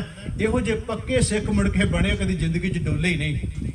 ਤੜਕੇ ਉੱਠ ਕੇ ਫੈਸਲਾ ਲੈ ਲਿਆ ਇਹਦਾ ਮਤਲਬ ਇਹ ਹੋ ਗਿਆ ਵੀ ਇਹ ਬਦਲਣ ਲੱਗਿਆ ਕੋਈ ਪਤਾ ਲੱਗਦਾ ਟਾਈਮ ਕਿਹੜੇ ਵੇਲੇ। ਮਹਾਰਾਜ ਦੀ ਬਾਣੀ ਦਾ ਇੱਕ ਬਚਨ ਆਉਂਦਾ ਹੈ, ਸਤਿਗੁਰੂ ਮਹਾਰਾਜ ਜੀ ਕਹਿੰਦੇ ਨੇ, ਪੂਰਬ ਕਰਮ ਅੰਕੁਰ ਜਬ ਪ੍ਰਗਟੇ, ਭੇਟਿਓ ਪੁਰਖ ਰਸਕ ਬੈਰਾਗੀ, ਮਿਟਿਓ ਅਧੇਰ ਮਿਲਤ ਹਰ ਨਾਨਕ, ਜਨਮ ਜਨਮ ਕੀ ਸੋਈ ਜਾਗੀ। ਮਹਾਰਾਜ ਕਹਿੰਦੇ ਇੱਕ ਸਕਿੰਟ ਵਿੱਚ ਹੀ ਮਨ ਬਦਲ ਜਾਂਦਾ। ਬਾਬਾ ਵਿਧੀ ਚੰਦ ਜੀ ਨੇ ਕੀ ਕੀਤਾ ਕਿ ਮੱਝਾਂ ਜਿਹੜੀਆਂ ਸੀ ਚੁਰਾਈਆਂ, ਮੱਝਾਂ ਚੋਰੀ ਕਰਕੇ ਜਦੋਂ ਇਹ ਪਿੰਡੋਂ ਨਿਕਲੇ ਨੇ ਤੇ ਪਿੰਡ ਦੇ ਲੋਕ ਜਿਹੜੇ ਸੀ ਉਹ, ਕਿਉਂਕਿ ਪਹਿਲਾਂ ਵੀ ਲੋਕ ਵੇਖਦੇ ਸੀ ਵੀ ਚੋਰੀਆਂ ਤੇ ਬਹੁਤ ਹੋ ਰਹੀਆਂ, ਪਰ ਅੱਜ ਲੋਕਾਂ ਨੇ ਵੇਖਿਆ ਵੀ ਇਹ ਬੰਦਾ ਕੌਣ ਜਿਹੜੇ ਚੋਰੀਆਂ ਕਰਦਾ। ਅੱਜ ਪਿੱਛਾ ਕੀਤਾ ਪਿੰਡ ਵਾਲਿਆਂ ਨੇ, ਪਿੰਡ ਵਾਲੇ ਮਗਰ ਪੈ ਗਏ ਸਾਰੇ। ਇਹਨੇ ਜਦੋਂ ਦੇਖਿਆ ਬਾਬਾ ਵਿਧੀ ਚੰਦ ਜੀ ਨੇ ਕਿ ਲੋਕ ਬੜੇ ਮੇਰੇ ਮਗਰ ਆ ਰਹੇ ਨੇ, ਇਹਨੇ ਸੋਚਿਆ ਵੀ ਅੱਜ ਨਹੀਂ ਬਚਦੇ ਹੁਣ, ਕਿਉਂਕਿ ਅੱਜ ਤੇ ਇੰਨੇ ਲੋਕ ਨੇ ਮੇਰੇ ਮਗਰ ਆ ਰਹੇ, ਮੈਂ ਇਕੱਲਾ ਕੀ ਕਰਾਂਗਾ। ਇਉਂ ਕਹਿ ਲਓ ਵੀ ਇਹ ਦੌੜਿਆ ਭੱਜਿਆ ਤੇ ਸਾਹਮਣੇ ਇੱਕ ਕੁਟੀਆ ਦਿਸੀ, ਸਾਹਮਣੇ ਇੱਕ ਛੰਨ ਦਿਸੀ, ਉਹਦੇ ਵਿੱਚ ਥੋੜੀ ਜਿਹੀ ਲਾਈਟ ਜਗਦੀ ਦਿਸੀ।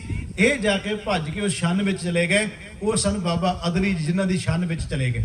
ਉਹਦੇ ਵਿੱਚ ਜਾ ਕੇ ਜਦੋਂ ਉਹਨਾਂ ਨੇ ਆਪਣੇ ਨੇਤਰ ਖੋਲੇ, ਵੇਖਿਆ ਵੀ ਛੰਨ ਚ ਕੌਣ ਆਇਆ, ਕੁਟੀਆ ਚ ਕੌਣ ਆਇਆ। ਪੁੱਛਿਆ ਭਾਈ ਤੂੰ ਕੌਣ ਹੈ? ਕਹਿੰਦਾ ਜੀ ਮੈਂ ਚੋਰ ਹਾਂ। ਵੇਖੋ ਸੱਚੀ ਗੱਲ ਕਹਿਤੀ, ਕਹਿੰਦਾ ਜੀ ਮੈਂ ਚੋਰ ਹਾਂ ਤੇ ਮੈਂ ਮੱਝਾਂ ਚੋਰੀ ਕੀਤੀਆਂ। ਉਹਨੇ ਕਿਹਾ ਇੱਥੇ ਕਿਵੇਂ ਆਇਆ? ਕਹਿੰਦੇ ਜੀ ਪਿੰਡ ਵਾਲੇ ਸਾਰੇ ਅੱਜ ਇਕੱਠੇ ਹੋ ਕੇ ਮੇਰੇ ਮਗਰ ਪੈ ਗਏ ਨੇ, ਅੱਜ ਮੈਂ ਬਚਦਾ ਨਹੀਂ ਇਹਨਾਂ ਤੋਂ, ਤੁਸੀਂ ਮੈਨੂੰ ਬਚਾ ਲਓ।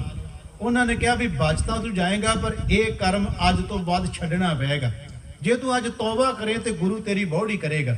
ਇਹਦਾ ਮਤਲਬ ਜਿਹੜਾ ਇੱਕ ਸਕਿੰਟ ਵਿੱਚ ਹੀ, ਹੁਣ ਜਿਹੜੀ ਮੈਂ ਗੱਲ ਜਿੱਥੋਂ ਸ਼ੁਰੂ ਕੀਤੀ ਸੀ, ਪੀਢੀ ਗੰਢ, ਹੁਣ ਜਦੋਂ ਪੀਢੀ ਗੰਢ ਪੈਣੀ ਹੁੰਦੀ ਆ, ਸਮਾਂ ਤੇ ਚਾਹੀਦਾ ਨਾ, ਪਰ ਜਦੋਂ ਗੰਢ ਬਣ ਜਾਂਦੀ ਹੈ ਨਾ, ਇੰਨੀ ਘੁੱਟ ਕੇ ਦਿੱਤੀ ਜਾਵੇ, ਫਿਰ ਉਸ ਗੰਢ ਨੂੰ ਕੋਈ ਤੋੜ ਨਹੀਂ ਸਕਦੀ ਦੁਨੀਆ ਦੀ ਤਾਕਤ। ਬਾਬਾ ਵਿਧੀ ਚੰਦ ਜੀ ਨੇ ਕਿਹਾ, ਬਾਬਾ ਅਦਲੀ ਜੀ ਨੂੰ ਕਹਿਣ ਲੱਗੇ, ਮਹਾਂਪੁਰਸ਼ੋ ਬਚਾ ਲਓ, ਮੈਂ ਇਹ ਚੋਰੀ ਛੱਡੀ। ਔਰ ਇਹ ਨਹੀਂ ਕਿਹਾ ਵੀ ਮੈਂ ਇਹਨੂੰ ਅੱਜ ਸਿਰਫ ਬਚਨ ਵਾਸਤੇ ਕਹਿ ਰਹੇ ਨੇ ਵੀ ਚਲੋ ਹੁਣ 2 ਘੜੀਆਂ ਬਾਜਾਂਗਾ, ਮੁੜ ਕੇ ਫਿਰ ਉਹੀ ਕੰਮ ਕਰਾਂਗਾ। ਨਹੀਂ, ਕਹਿੰਦੇ ਪੱਕਾ ਮਨ ਬਣਾ ਲਿਆ ਵੀ ਅੱਜ ਤੋਂ ਬਾਅਦ ਇਹ ਕੰਮ ਕਰਨਾ ਹੀ ਨਹੀਂ। ਇਉਂ ਕਹ ਲਓ ਜ਼ਿੰਦਗੀ 'ਚ ਤਬਦੀਲੀ ਆਉਣੀ ਸੀ। ਉਹਨਾਂ ਨੇ ਕਿਹਾ ਠੀਕ ਹੈ, ਫਿਰ ਤੂੰ ਇੰਜ ਕਰ, ਨੇਤਰ ਬੰਦ ਕਰ ਤੇ ਫਿਰ ਗੁਰੂ ਗੁਰੂ ਜਪਣਾ ਸ਼ੁਰੂ ਕਰਦਾ। ਗੁਰੂ ਬੌੜੀ ਕਰੇਗਾ, ਗੁਰੂ ਬਾਹਾਂ ਫੜੇਗਾ ਤੇਰੀ। ਇਹਨਾਂ ਨੇ ਗੁਰੂ ਗੁਰੂ ਜਪਣਾ ਸ਼ੁਰੂ ਕਰਤਾ। ਹੁਣ ਜਦੋਂ ਪਿੰਡ ਵਾਲੇ ਆਏ, ਉਹ ਸਾਰੇ ਇੱਧਰ ਉੱਧਰ ਦੇਖ ਲਿਆ ਫਿਰ ਕੇ, ਨਹੀਂ ਗੱਲ ਕਿਤੇ ਬਣੀ। ਕੁਟੀਆ ਵਾਲੇ ਬੰਨੇ ਵੀ ਆਏ, ਉਹ ਬਾਬਾ ਅਦਲੀ ਜੀ ਨੂੰ ਦੇਖਿਆ ਤੇ ਨਾਲ ਉਹਨਾਂ ਦੇ ਇੱਕ ਹੋਰ ਬੈਠਾ ਵੇਖਿਆ ਤੇ ਪੁੱਛਦੇ ਨੇ, ਜੀ ਇੱਥੇ ਕੋਈ ਚੋਰ ਆਇਆ? ਇਹਨੂੰ ਗੱਲ ਨੂੰ ਸਮਝਿਓ ਜੀ। ਹੁਣ ਪੁੱਛਿਆ ਜੀ ਚੋਰ ਆਇਆ? ਉਹਨਾਂ ਕਿਹਾ ਕੋਈ ਚੋਰ ਨਹੀਂ। ਹੁਣ ਕੋਈ ਕਹਿ ਸਕਦਾ ਵੀ ਬਾਬਾ ਅਦਲੀ ਜੀ ਨੇ ਏਡਾ ਵੱਡਾ ਝੂਠ ਕਿਉਂ ਬੋਲ ਦਿੱਤਾ? ਪਰ ਉਸ ਚੀਜ਼ ਨੂੰ ਦੇਖੋ, ਉਹਨਾਂ ਦੇ ਆਉਣ ਤੋਂ ਪਹਿਲਾਂ ਬਾਬਾ ਵਿਧੀ ਚੰਦ ਦੇ ਮਨ ਚੁੱਕਿਆ ਵੀ ਮੈਂ ਚੋਰੀ ਨਹੀਂ ਕਰਨੀ। ਇਹਨੂੰ ਨਿੱਕਾ ਜਿਹਾ ਬਰੀਕੀ ਵਾਲਾ ਨੁਕਤਾ ਹੀ ਆ। ਕੋਈ ਬੰਦਾ ਇਹ ਕਹਿ ਸਕਦਾ ਜੀ ਉਹ ਚੋਰ ਕੋਲ ਬੈਠਾ ਸੀ ਬਾਬਾ ਜੀ ਨੇ ਤੇ ਉਹਨੂੰ ਫੜਾਇਆ ਹੀ ਨਹੀਂ, ਕਹਿ ਦਿੱਤਾ ਵੀ ਚੋਰ ਹੈਗਾ ਹੀ ਨਹੀਂ। ਉਹ ਆਉਣ ਤੋਂ ਪਹਿਲਾਂ ਬਦਲ ਚੁੱਕਿਆ। ਬਾਬਾ ਵਿਧੀ ਚੰਦ ਕਹਿ ਗਿਆ ਕਿ ਮੈਂ ਚੋਰ ਹਾਂ, ਪਰ ਅੱਜ ਤੋਂ ਬਾਅਦ ਹੁਣ ਨਹੀਂ। ਪਿੱਛੇ ਸੀ, ਪਰ ਬਾਬਾ ਜੀ ਨੂੰ ਕਹਿ ਰਿਹਾ ਕਿ ਮੈਂ ਹੁਣ ਅੱਜ ਤੋਂ ਬਾਅਦ ਇਹ ਪ੍ਰਣ ਕਰਦਾ ਵੀ ਚੋਰੀ ਨਹੀਂ ਕਰਾਂਗਾ, ਮੈਂ ਹੁਣ ਚੋਰ ਨਹੀਂ। ਇਸ ਕਰਕੇ ਉਹ ਕਹਿ ਰਹੇ ਨੇ ਕਿ ਇਸ ਵੇਲੇ ਕੋਈ ਸਾਡੇ ਕੋਲੇ ਚੋਰ ਨਹੀਂ ਹੈ, ਜਿਹੜਾ ਸ਼ਬਦ ਉਹਨਾਂ ਵਰਤਿਆ ਇਸ ਵੇਲੇ, ਵੀ ਹੁਣ ਸਾਡੇ ਕੋਲ ਜੋ ਤੁਸੀਂ ਪੁੱਛ ਰਹੇ ਹੋ ਉਦੋਂ ਸਾਡੇ ਕੋਲੇ ਕੋਈ ਚੋਰ ਨਹੀਂ ਹੈ ਬਈ। ਉਹਨਾਂ ਨੇ ਵੇਖ ਕੇ ਚਲੇ ਗਏ, ਕਿਉਂਕਿ ਇੰਨਾ ਮਾਨ ਸਨਮਾਨ ਸੀ ਇਲਾਕੇ ਦੀ ਸੰਗਤ ਦੇ ਵਿੱਚ। ਉਹ ਉਸੇ ਵੇਲੇ ਮੁੜ ਕੇ ਜੀ ਬਾਬਾ ਜੀ ਨੇ ਕਹਿ ਦਿੱਤਾ ਤਾਂ ਠੀਕ ਹੈ, ਉਹ ਵਾਪਸ ਚਲੇ ਜਾਂਦੇ ਹੈ। ਦਿਨ ਦਾ ਚੜਾਅ ਹੁੰਦਾ ਹੈ।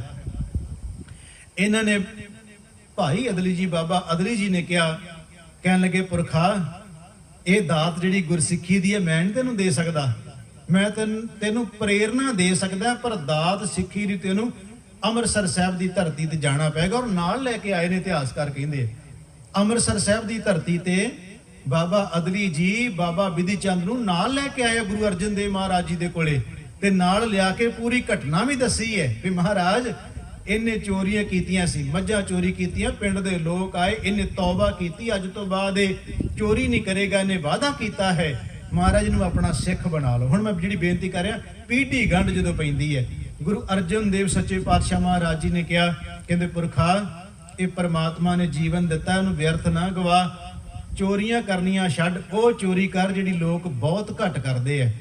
ਉਹ ਚੋਰੀ ਕੋਈ ਕਰਦਾ ਹੀ ਨਹੀਂ ਹੈ। ਤੁਸੀਂ ਕਹੋਗੇ ਵੀ ਉਹ ਕਿਹੜੀ ਚੋਰੀ ਹੁੰਦੀ ਜਿਹਨੂੰ ਕਬੀਰ ਸਾਹਿਬ ਜੀ ਨੇ ਕਿਹਾ, ਕਬੀਰ ਲੂਟਣਾ ਹੈ ਤਾਂ ਲੂਟ ਲੈ, ਰਾਮ ਨਾਮ ਹੈ ਲੂਟ। ਇਹ ਵੀ ਤਾਂ ਰੱਬ ਦੇ ਨਾਮ ਦੀ ਚੋਰੀ ਹੈ ਨਾ, ਪਰਮੇਸ਼ਰ ਦੇ ਨਾਮ ਨੂੰ ਚਰਾਉਣਾ ਇਹ ਚੰਗੀ ਚੀਜ਼ ਹੈ। ਇਹਦੇ ਬਾਰੇ ਬਾਣੀ ਕਹਿੰਦੀ ਹੈ ਕਿ ਮਾਨਕ ਮੋਤੀ ਨਾਮ ਪ੍ਰਭ ਉਨ ਲੱਗੈ ਨਾ ਹੀ ਸੰਨ। ਇਸ ਪਰਮਾਤਮਾ ਦੇ ਨਾਮ ਨੂੰ ਕੋਈ ਸੰਨ ਲਾ ਕੇ ਥੋੜਾ ਲੈ ਜਾਏਗਾ। ਦੂਜੀ ਧਨ ਦੌਲਤ ਤੋਂ ਤਾਂ ਬੰਦਾ ਡਰਦਾ ਵੀ ਕੋਈ ਚੋਰ ਨਾ ਆ ਜਾਏ, ਇਸ ਧਨ ਦੌਲਤ ਤੋਂ ਕਦੀ ਡਰ ਨਹੀਂ ਹੁੰਦਾ। ਇੱਥੇ ਤੇ ਮਹਾਰਾਜ ਕਹਿੰਦੇ ਵੀ ਇਹਨੂੰ ਕੋਈ ਸੰਨ ਲਾ ਕੇ ਨਹੀਂ ਲਿਜਾ ਸਕਦਾ। ਬਾਬਾ ਬਿਧੀ ਚੰਦ ਨੇ ਗੁਰੂ ਅਰਜਨ ਦੇਵ ਮਹਾਰਾਜ ਜੀ ਦੇ ਕੋਲੋਂ ਰਹਿਮਤ ਲਈ, ਗੁਰਸਿੱਖੀ ਦੀ ਦਾਤ ਲਈ। ਬਾਬਾ ਅਦਲੀ ਜੀ ਵਾਪਸ ਆ ਜਾਂਦੇ ਆ ਤੇ ਬਾਬਾ ਬਿਧੀ ਚੰਦ ਗੁਰੂ ਅਰਜਨ ਦੇਵ ਮਹਾਰਾਜ ਜੀ ਦੇ ਕੋਲ ਰਹਿੰਦੇ ਆ।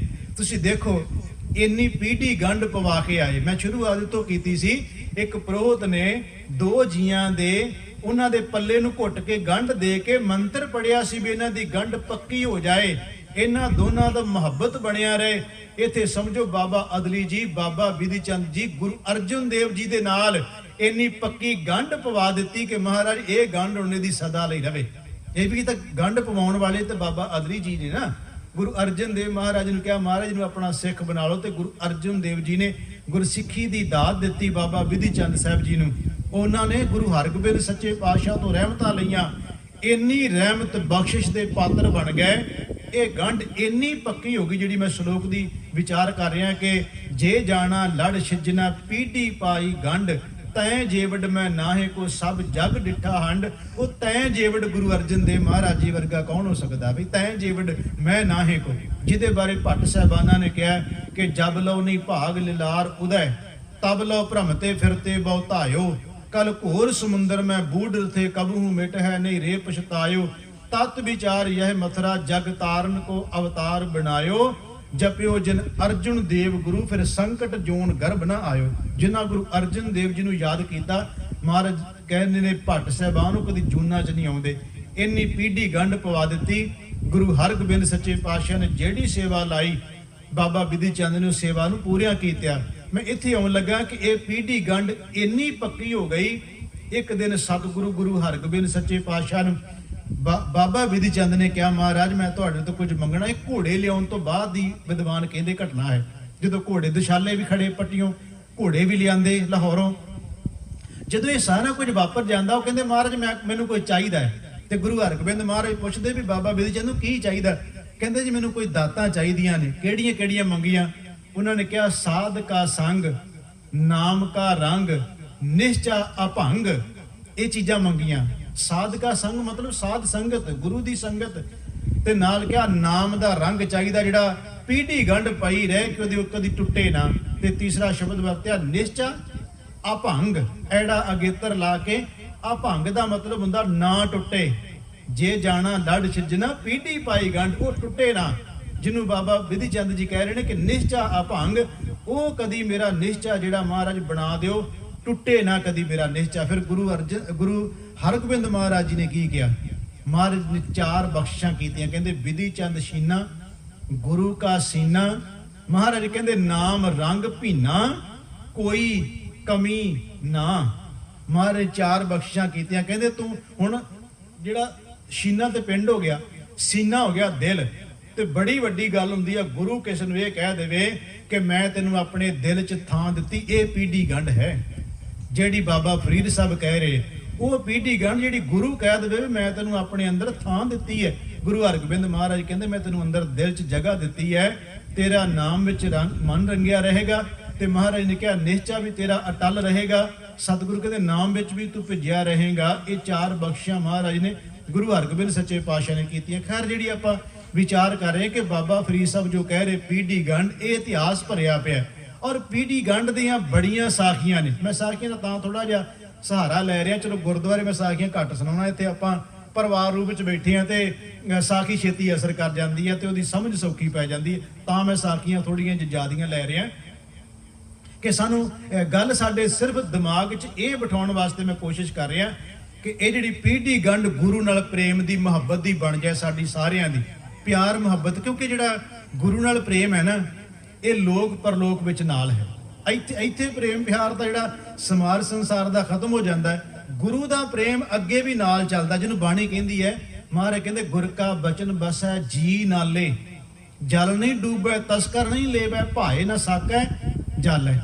ਇਹ ਪੀढ़ी ਗੰਢਾਂ ਹੁੰਦੀਆਂ ਨੇ ਜਿਹੜੀਆਂ ਗੁਰੂ ਨਾਲ ਪਾ ਲਏ। ਮੈਂ ਉਹਦੇ ਤੇ ਥੋੜੀਆਂ ਜਿਹੀਆਂ ਸਾਖੀਆਂ ਕਿ ਕੀ ਹੁੰਦੀ ਪੀढ़ी ਗੰਢ ਜੇ ਪੈ ਜਾਵੇ ਤੇ ਗੁਰੂ ਕਿੰਨੀ ਰਹਿਮਤ ਵਰਤਾਉਂਦਾ ਹੈ। ਗੁਰੂ ਹਰਗੋਬਿੰਦ ਮਹਾਰਾਜ ਜੀ ਦੀ ਪਹਿਲੀ ਜਿਹੜੀ ਜੰਗ ਅੰਮ੍ਰਿਤਸਰ ਸਾਹਿਬ ਹੋਈ ਹੈ, ਇਹਦੇ 'ਚ ਮਹਾਰਾਜ ਨੇ ਪਹਿਲੀ ਜੰਗ ਦੇ ਵਿੱਚ ਬੜੇ ਸਿੱਖਾਂ ਨੇ ਆਪਣੇ ਜੌਹਰ ਦਿਖਾਏ, ਬੜੇ ਉਹਨਾਂ ਨੇ ਆਪਣੇ ਲੋਹਾ ਲਿਆ ਸਿੱਖਾਂ ਨੇ ਦੁਸ਼ਮਣਾਂ ਦੇ ਨਾਲ। ਜਦੋਂ ਜੰਗ ਦੀ ਸਮਾਪਤੀ ਹੁੰਦੀ ਹੈ ਤੇ ਮਹਾਰਾਜ ਸਿੱਖਾਂ ਕੋਲੇ ਜਾਂਦੇ ਆ, ਜਿਹੜੇ ਸ਼ਹੀਦ ਹੋ ਜਾਂਦੇ ਉਹਨਾਂ ਤੇ ਵੀ ਰਹਿਮਤਾਂ ਵਰਤਾਉਂਦੇ ਆ।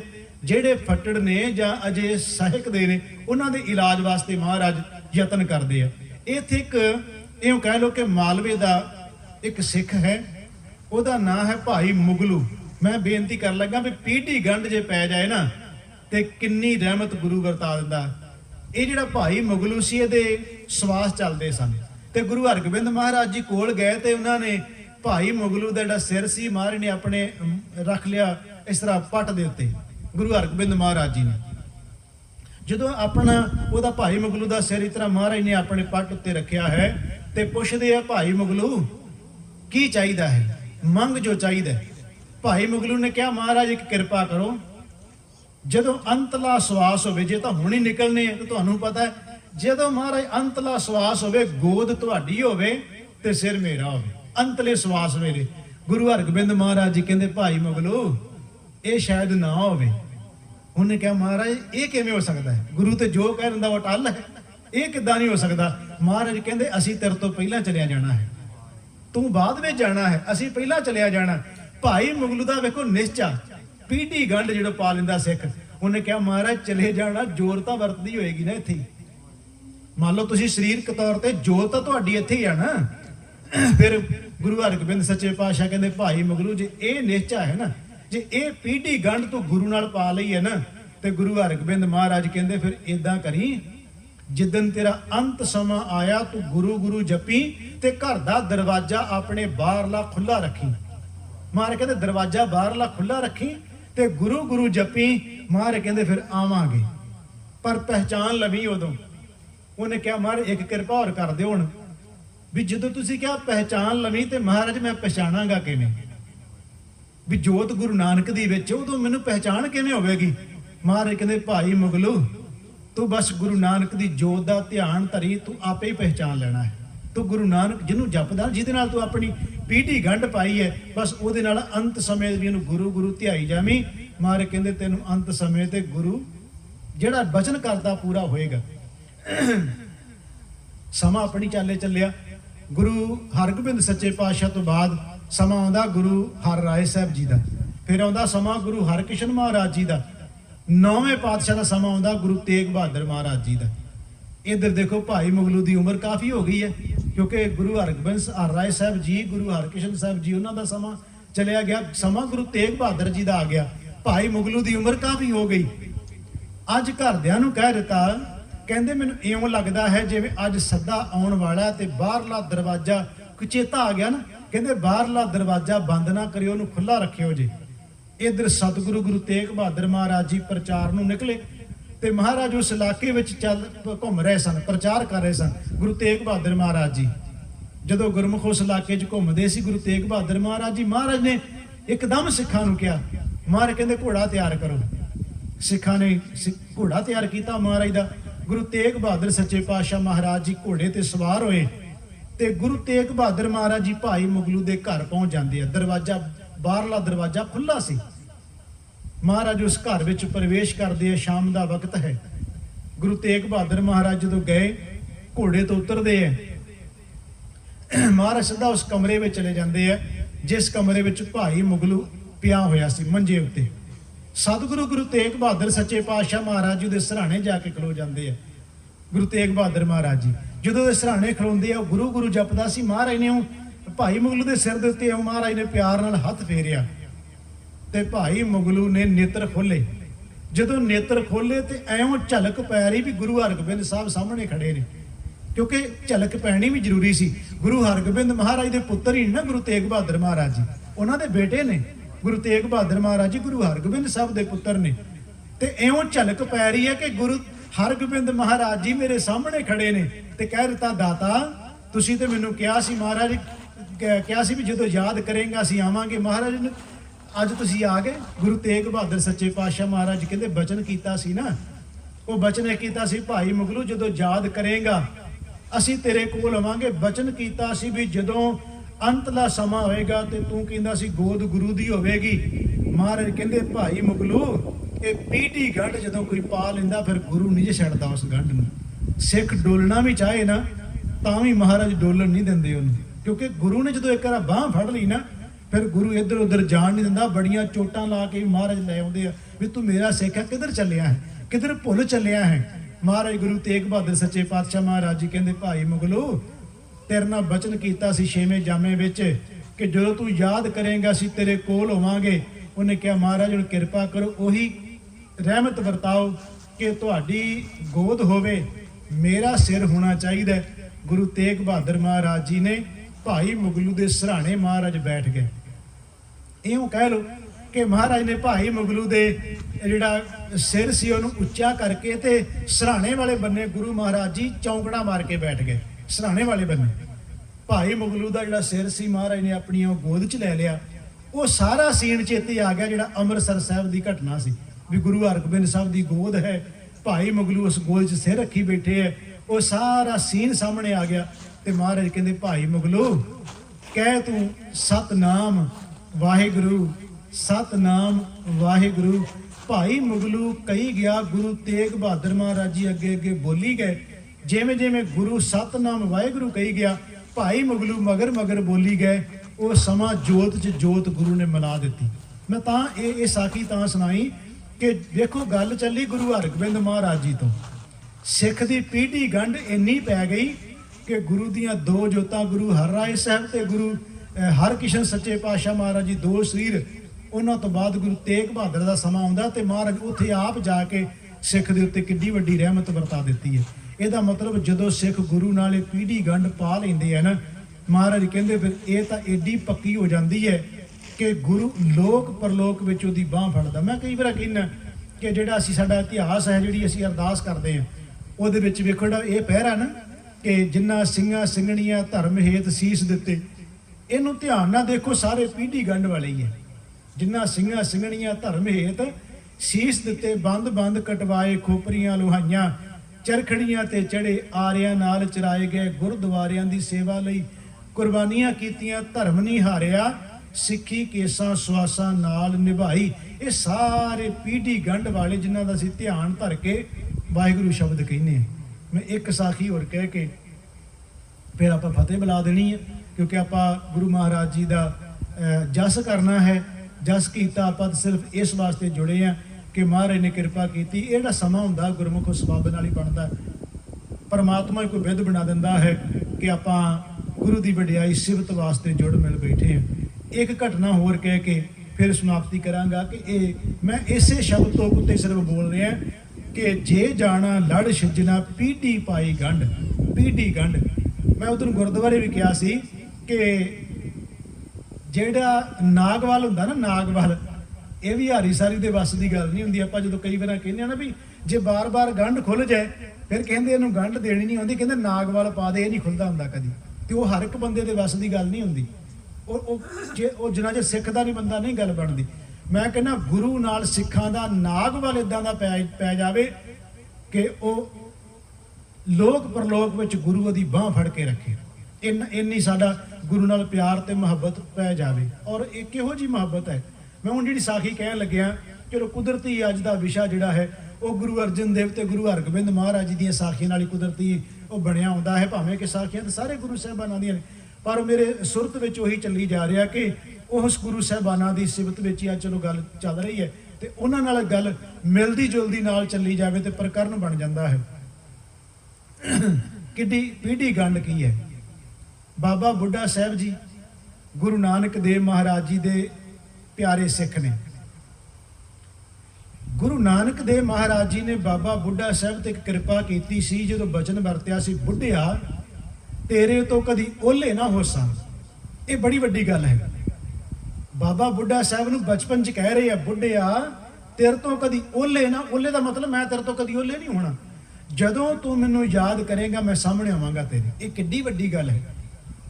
ਤੇ ਗੁਰੂ ਹਰਗੋਬਿੰਦ ਸਾਹਿਬ ਜੀ ਤੱਕ ਬਾਬਾ ਬੁੱਢਾ ਸਾਹਿਬ ਜੀ ਗੁਰੂ ਨਾਨਕ ਸਾਹਿਬ ਤੋਂ ਲੈ ਕੇ ਇਉਂ ਕਹਿ ਲਓ, ਵੈਸੇ ਤਾਂ ਉਹਨਾਂ ਨੇ ਗੁਰੂ ਤੇਗ ਬਹਾਦਰ ਦੇ ਜੇ ਉਹ ਗੁਰੂ ਨਹੀਂ ਬਣੇ ਦਰਸ਼ਨ ਤਾਂ ਕੀਤੇ ਹੈ ਗੁਰੂ ਹਰਰਾਏ ਸੱਚੇ ਪਾਤਸ਼ਾਹ ਮਾਰੇ, ਕਿਉਂਕਿ ਜੇ ਉਹ ਗੁਰੂ ਨਹੀਂ ਬਣੇ ਪਰ ਪ੍ਰਕਾਸ਼ ਤਾਂ ਹੋ ਚੁੱਕੇ ਹੈ ਨਾ, ਜਨਮ ਤਾਂ ਹੋ ਚੁੱਕੇ। ਇਸ ਕਰਕੇ ਮੈਂ ਬੇਨਤੀ ਕਰਦਾ ਵੀ ਜੇ ਉਸ ਹਿਸਾਬ ਨਾਲ ਦੇਖੀਏ, ਪਰ ਉਹਨਾਂ ਦਾ ਜਿਹੜਾ ਸਮਾਂ ਕਹਿ ਲਓ ਕਿ ਗੁਰਿਆਈ ਤਿਲਕ ਦਾ ਉਹ ਗੁਰੂ ਹਰਗੋਬਿੰਦ ਮਹਾਰਾਜ ਜੀ ਤੱਕ ਹੈ।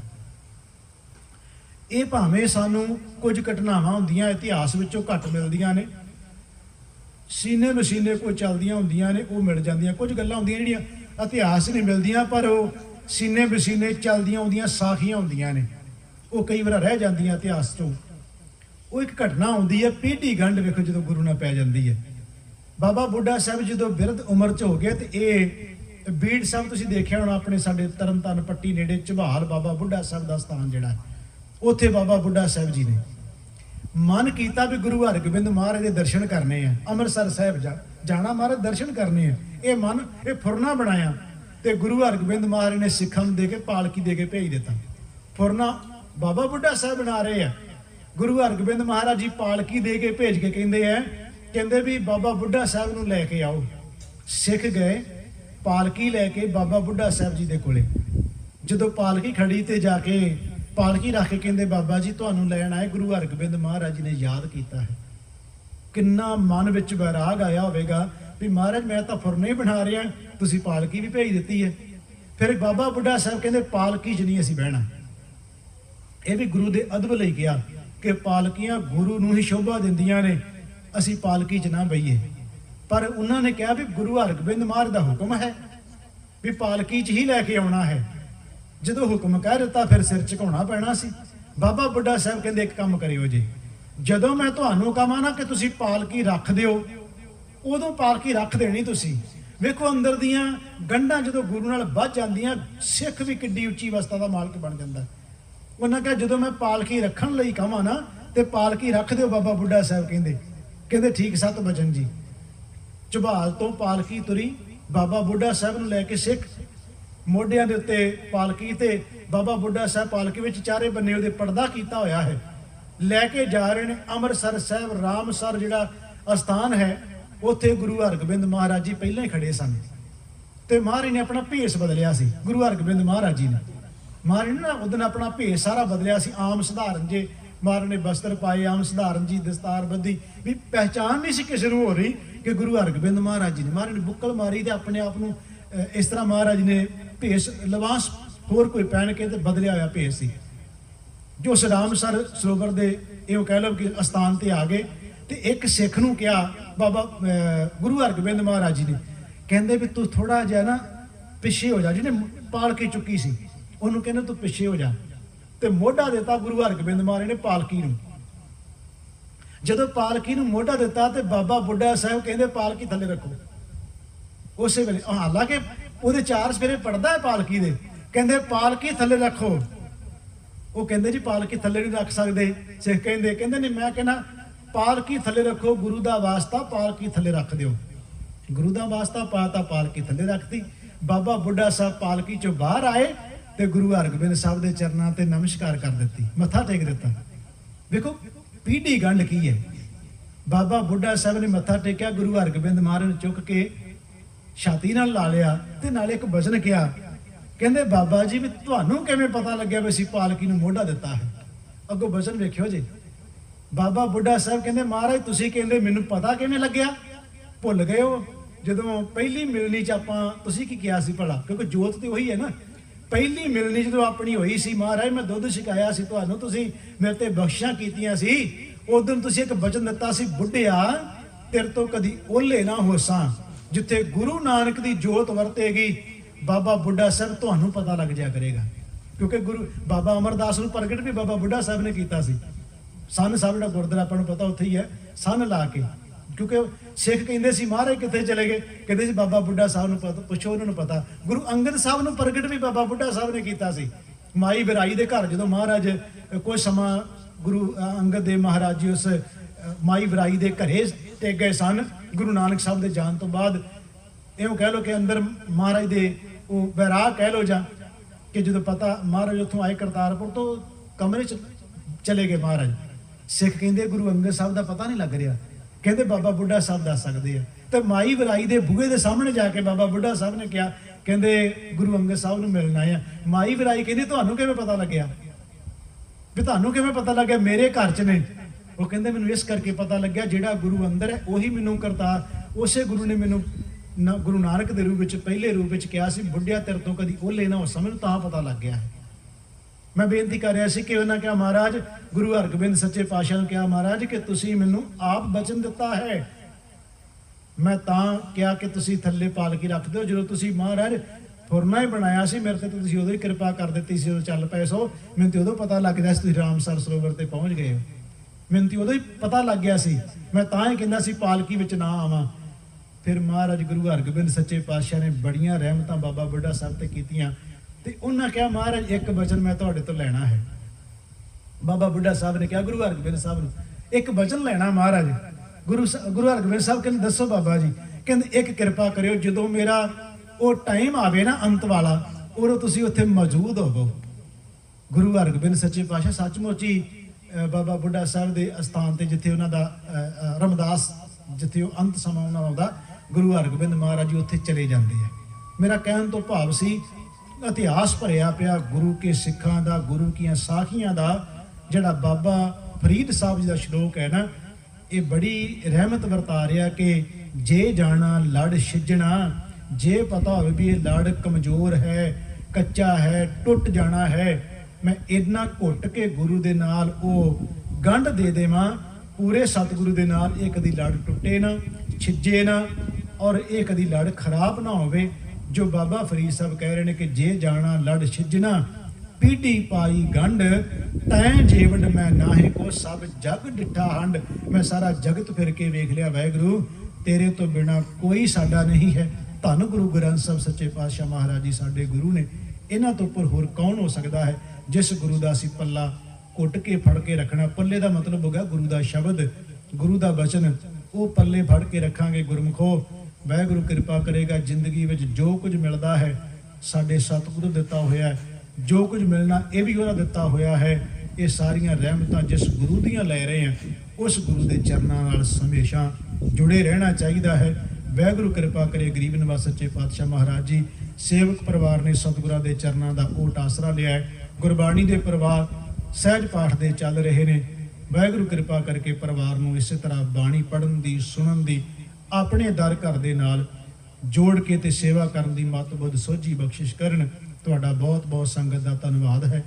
ਪਰਿਵਾਰ ਦਾ ਬੜਾ ਧੰਨਵਾਦ ਜਿਨ੍ਹਾਂ ਨੇ ਇਹ ਸਹਿਯੋਗ ਬਣਾਇਆ ਵੀ ਆਪਾਂ ਗੁਰੂ ਦੀ ਸਿਫਤ ਸਲਾਹ ਵਡਿਆਈ ਕੀਤੀ। ਆਪਾਂ ਜਿਤਨਿਆਂ ਕਨੇ ਵੀ ਮਹਾਰਾਜ ਦੀ ਸਿਫਤ ਸਲਾਹ ਕੀਤੀ ਹੈ। ਕਬੀਰ ਸਾਹਿਬ ਤਾਂ ਕਹਿੰਦੇ ਕਬੀਰ ਏਕ ਘੜੀ ਆਧੀ ਘੜੀ, ਆਧੀ ਹੂੰ ਤੇ ਆਧ, ਅੱਧੀ ਤੋਂ ਅੱਧੀ 6 ਮਿੰਟ ਹੁੰਦੇ ਆ। ਇੰਨਾ ਕੁ ਸਮਾਂ ਵੀ ਬਾਬਾ ਕਬੀਰ ਸਾਹਿਬ ਕਹਿੰਦੇ ਕਿਸੇ ਨੂੰ ਮਿਲ ਜਾਣ ਨਾ, ਉਹ ਵੀ ਬੜੇ ਵੱਡੇ ਗੱਲ ਹੁੰਦੀ ਹੈ। ਕਬੀਰ ਏਕ ਘੜੀ ਆਧੀ ਘੜੀ, ਆਧੀ ਹੂੰ ਤੇ ਆਧ, ਭਗਤਨ ਸੇਤੀ ਗੋਸ਼ਟੇ ਜੋ ਕੀਨੇ ਸੋ ਲਾਭ। ਜਿੰਨਾ ਸਮਾਂ ਮਿਲ ਗਿਆ ਕਹਿਣ ਲੱਗੇ ਉਹ ਲਾਭ ਹੀ ਲਾਭ ਹੈ। ਅਸੀਂ ਰੋਜ਼ ਪੜ੍ਹਦੇ ਹਾਂ ਮੇਰੇ ਮਾਧੋ ਜੀ, ਸਤ ਸੰਗਤ ਮਿਲੇ ਸੋ ਤਰਿਆ। ਜਿਹੜਾ ਸੰਗਤ ਨਾਲ ਮਿਲ ਗਿਆ ਉਹਨੇ ਤਰਨਾ ਹੀ ਤਰਨਾ ਹੈ, ਉਹਨੂੰ ਕਦੀ ਕੋਈ ਡੋਬ ਨਹੀਂ ਸਕਦਾ। ਸੰਗਤ ਨਾਲ ਮਿਲ ਕੇ ਤਰਿਆ ਜਾਂਦਾ। ਜਿਹਨੂੰ ਬਾਣੀ ਚ ਮਹਾਰਾਜ ਨੇ ਕਿਹਾ ਸਤ ਸੰਗਤ ਕੈਸੀ ਜਾਣੀਏ ਜਿੱਥੇ ਏਕੋ ਨਾਮ, ਏਕੋ ਨਾਮ ਪਰਮਾਤਮਾ ਦੀ ਸਿਫਤੀ ਹੈ ਨਾ, ਆਪਾਂ ਕੀਤੀ ਹੈ। ਇੱਕ ਨਾਮ ਉਹਦਾ ਵਡਿਆਈ ਕੀਤੀ ਪਰਮਾਤਮਾ ਦੀ, ਜਿੱਥੇ ਏਕੋ ਨਾਮ ਵਖਾਣੀ, ਏਕੋ ਨਾਮ ਹੁਕਮ ਹੈ, ਨਾਨਕ ਸਤਿਗੁਰ ਦੀਆ ਬੁਝਾਏ ਜੀਓ। ਇਹ ਗੁਰੂ ਨੇ ਸਮਝ ਦਿੱਤੀ। ਇੱਕ ਨਾਮ ਨਾਲ ਜੁੜੇ ਰਵਾਂਗੇ, ਬਾਣੀ ਨਾਲ, ਸੰਗਤ ਨਾਲ ਜੁੜੇ ਰਵਾਂਗੇ, ਭਾਰ ਉਤਾਰਾ ਹੋ ਜਾਏਗਾ। ਵਾਹਿਗੁਰੂ ਕਿਰਪਾ ਕਰਕੇ ਚੜ੍ਹਦੀਆਂ ਕਲਾ ਸੇਵਕ ਪਰਿਵਾਰ ਨੂੰ ਬਖਸ਼ਿਸ਼ ਕਰੇ। ਆਪ ਸਾਰੀ ਸੰਗਤ ਦਾ ਬਹੁਤ ਬਹੁਤ ਧੰਨਵਾਦ ਹੈ ਜਿਨ੍ਹਾਂ ਨੇ ਇਹ ਉਦਮ ਉਪਰਾਲਾ ਕਰਕੇ ਗੁਰੂ ਦੀ ਅਸੀਸ ਲਈ ਹੈ। ਮੇਰੇ ਕੋਲੋਂ ਵਿਚਾਰ ਕਰਦੇ ਹਾਂ ਬੇਅੰਤ ਪ੍ਰਕਾਰ ਦੀਆਂ ਭੁੱਲਾਂ ਟੁੱਟਾਂ ਹੋ ਗਈਆਂ। ਸਤਿਗੁਰੂ ਜੀ ਤੇ ਸਾਧ ਸੰਗਤ ਬਖਸ਼ਣ ਯੋਗ ਹੈ। ਭੁੱਲ ਚੁੱਕ ਦੀ ਖਿਮਾ ਦਿੰਦੇ ਹੋਏ ਪਿਆਰ ਸਹਿਤ ਆਓ ਗੱਜ ਵੱਜ ਕੇ ਫਤਿਹ ਬੁਲਾਈਏ ਜੀ। ਵਾਹਿਗੁਰੂ ਜੀ ਕਾ ਖਾਲਸਾ, ਵਾਹਿਗੁਰੂ ਜੀ ਕੀ